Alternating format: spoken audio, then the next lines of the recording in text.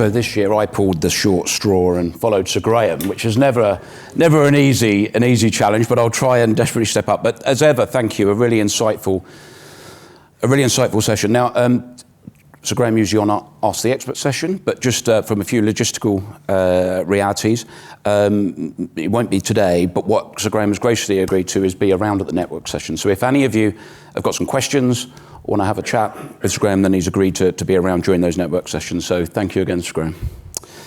So some really interesting things in there, but how do we take the issues that are coming from the world at large and move them to the world of our business and what we face every day?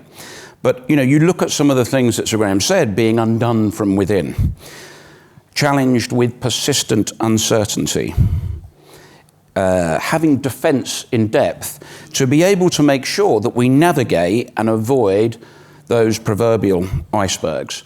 And I think, if we move forward and this works, how do we move that within our business? And this session is called Building a Faster Future. But again, how do we look at that, and what do I mean by that? Well, in the next few minutes, I'm going to walk through where we see the business challenge, particularly around those areas, looking at how we deliver defence at depth, how we avoid those icebergs, and indeed discuss about often how we, in everyday engagements with our customers, offer advice on around how businesses to better navigate and prepare for this faster future. So I think the first thing is what is clear for every one of us is cyber threat is here, and it's here to stay.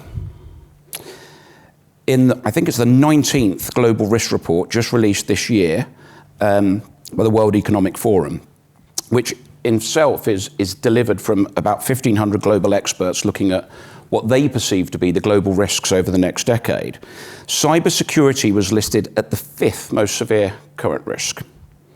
And actually, if you distill that down into governments and private sector, it was in top 3 for both. Interestingly, you'll notice that AI and artificial intelligence is a recurrent theme of today's summit. And of course, that comes up there, second on the list. Arno mentioned earlier around, issues around distortion or unsettling misinformation. And again, there was definitely what we've seen is AI and the ability of AI from a negative perspective to help boost use and misuse of AI to support disinformation. And it's going to be interesting to see how that plays out. Indeed, the Global Risk Report supports that AI will boost cyber warfare capabilities, but I guess that's nothing new to us. It will offer benefits to attackers who are starting to use it, and we see some of that now, but it will also give significant boost to defenders. And we're going to be talking about that, particularly with Paul and Steve in the Modern SOC session later today. It goes without saying that this is actually not a concern only for governments or sectors or states, but actually across all businesses.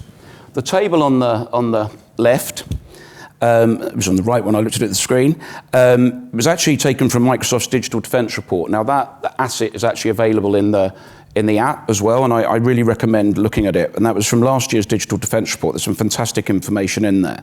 But what it shows is distribution of targeted state-sponsored attacks, and it shows how they are being targeted across vectors or verticals.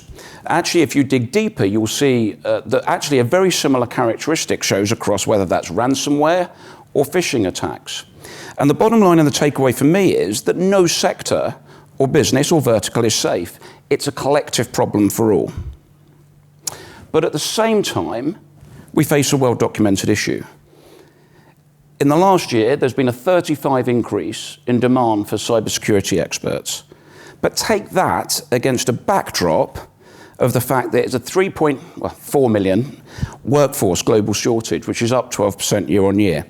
In the UK, that stands at around 73,000, which is up almost 30%. So even if we know we need to address this, how do we get the people, how do we train the people to go and do that? But it's not all gloom and doom. Whilst we see the impact of artificial intelligence being used to aid cyber attacks effectiveness, whether that's through things like deepfakes or better phishing. There is really good news around how AI can be used significantly to shore up our defensive capability. And again, we're going to be walking through that in particular later today in one of the sessions. And whilst there is a shortage in global cyber staffing, progress is being made. If you look at there on the global workforce study, there's more than ever working in 5.5 million in cyber roles. Of course, that needs to step up more and it needs to keep pace, but it is positive. I think probably in this room, we know more than most that for a cyber strategy equally to be effective, it needs to be supported top to bottom, so from boardroom to boiler room and across the business. And there are many studies to show how this is changing for the good in terms of sentiment. The report there I pull up from KPMG shows that almost 40% of business leaders that were asked within this global report are now backing their security, not only security, but technology staff as well. When it comes to deploying emerging tools and technologies, they get that it's something they need to do to stay ahead of the threat. But for good reason. They don't do it because they just want to sign the checks. The same report showed that 64% of the respondents from those business leaders showed that from a cybersecurity perspective, but you could take that further as well to data science, etc., but was organizational profitability and performance was positively impacted. So maybe that penny is dropping, and that helps all of us go and deliver against what can be a very challenging environment.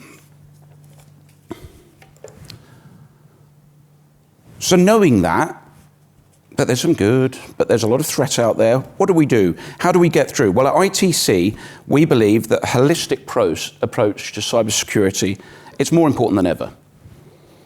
We truly believe that you need to look at the holistic trinity of people, process, technology, in looking at how to deliver that across a program to deliver business success in terms of delivering a cyber outcome across your cyber journey. And the criticality of that has never been greater. Gartner recently called out cybersecurity as a set of enterprise values that should be on par with employee safety, business profitability, and mission success. And that's a significant change from where it was a few years ago. But how do we get there? So as we engage with enterprise and look at how do we walk forward and how do we get there, what are the steps that you need to take, we often reference the 20, slightly different graphic, but it's the UK government cyber strategy. It was released under Boris's tenure in 22, and it looks at how the UK government, in the face of escalating threat, committed to a plan over the next 8 years to harden that environment to protect against that threat. And from our perspective, when you look at each of those, you need to then layer what does that mean from a people, process, and technology perspective. So let's go first one, manage security risk. So what do we mean by that? Well, it's understanding your vulnerabilities. Again, it was mentioned earlier today, and we talked about it last year. But whether internal or external, you need to deliver basic hygiene control to deliver maximum protection.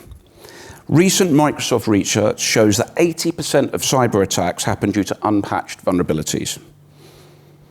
And that's without looking at things like machine-to-machine and operational technology. That sector itself has seen a 200% increase in attacks over the last couple of years. But understanding your estate and delivering effective patching should be seen as non-negotiable. So in short, in terms of managing security risk, you need to be looking at deploying basic security controls with the right technology, following the right process to ensure and govern that you're actually executing the patching or whatever it is to deliver against that. From looking at delivering basic hygiene, the next step is protect against threat. And again, what do we mean by that? So what we think is it's often and it's ultimately about thinking about how can you be secure by design. And of course, being secure by design is subject to pragmatic limiters like budget or internal resource availability. And of course, doing so with deploying the right policies and controls to deliver the right outcome. So based on some of the statistics earlier, we certainly see there's buy-in from senior leaders to deploy the right technologies. But again, technology in itself is not the answer, or at least not the only answer. We almost must be looking at security outcome that we're looking to achieve. So let's look at something like zero trust, and we'll be going through this in more detail later, but it's a great example of such a program. You look at the zero trust policies and decide outcomes that you're looking to do as a business, and then deploy the hygiene and the controls against it, things like MFA, conditional access to enforce it. And we're now seeing regulations like NIS2 that are actually stepping up to start enforce that. Indeed, for many of our customers, they're starting to mobilize aggressively. And look, there's good reason to do that. Again, in the Microsoft Digital Defense Report, looking at real-world data, MFA, when deployed effectively, reduced risk of compromise by 99%. Now, of course, you'll be saying, but okay, what's my environment? I've got mixed, I've got hybrid, I've got legacy.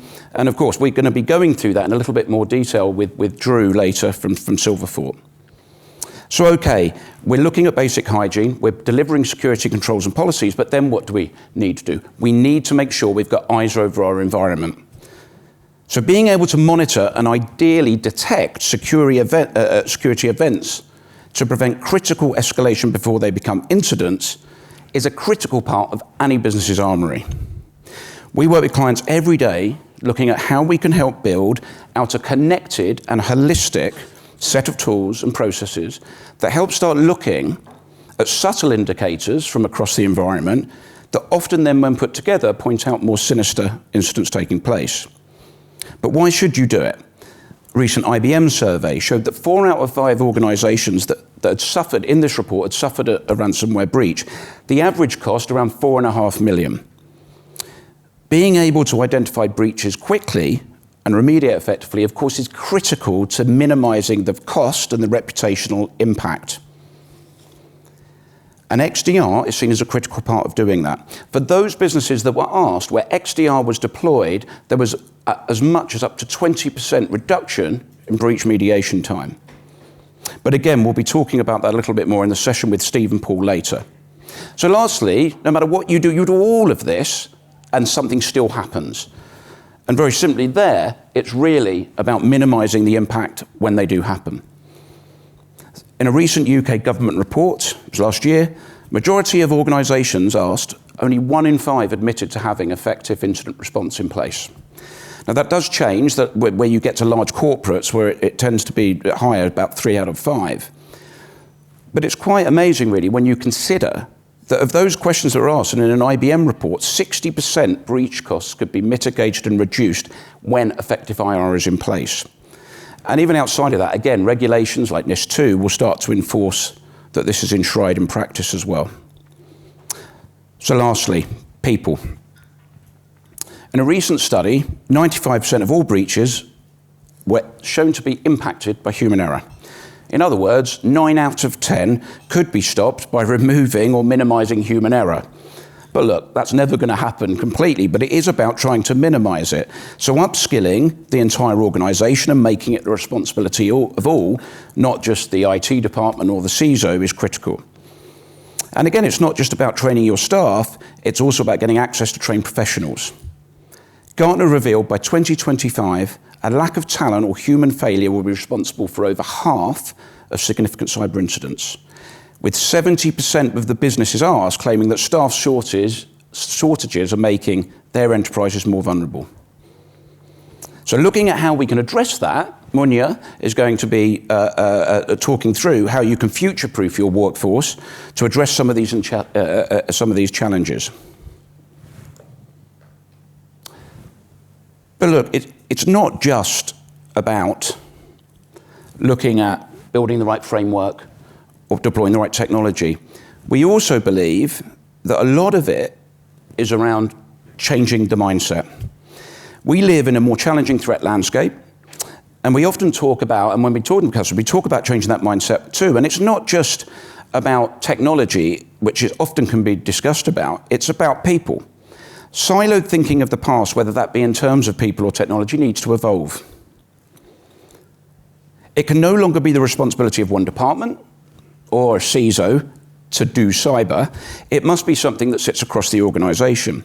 But equally, from a technological perspective, the best of breed point solutions approach that was often followed in the past throws up some real challenges when you're looking to be connected and cohesive in how you address internal and external threats.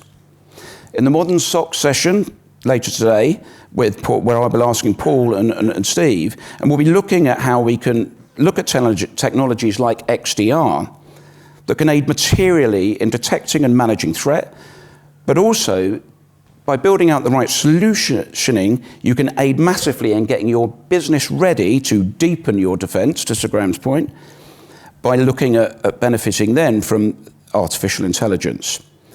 And you start to move from a connected and cohesive environment to start being, to the end game, moving to a faster future in being hyper-connected.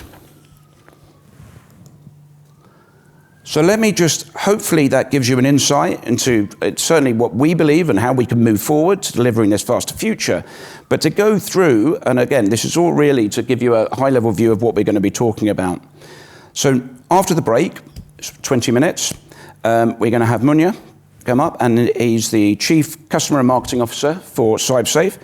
And he's going to be looking at how we can future-proof the workforce, how to manage cyber risk, and actually he's going to go through some really interesting evidence-based data and reporting and look through some real use case examples. So hopefully that's going to be really good. We've then got Drew, thank you very much, Drew, last-minute replacement. Unfortunately, Nick Collin was taken ill. Drew's the Chief Revenue Officer at Silverfort. He's going to be talking around how we safeguard our digital identities and access, which I think segues quite nicely to looking at the human element and then looking at the identity thereafter. And then, as I said, we've got a session with Paul Kelly, who heads up the Microsoft cybersecurity practice in the UK, and Steve McKeveney, our own head of customer success. And we'll be starting looking at how AI is impacting the world of the modern SOC in addressing some of the challenges and the escalating cyber threat that we face. We'll then move into an Ask the Expert session. So, a couple of things. One thing I forgot earlier was that as well as ask a question, there is also a feedback form, and we'd really like you to do that, because we really take that feedback very seriously. So if there's stuff that you've not heard or that you want to hear, or different locations or anything like that, logistics, let us know. But other than that, I can say now that there is a 20-minute break. So if we can get back for about 2:20, and there should be tea, coffee, some cakes and stuff there, and then I'll welcome you back up to kick off the second part of the sessions. Thank you very much.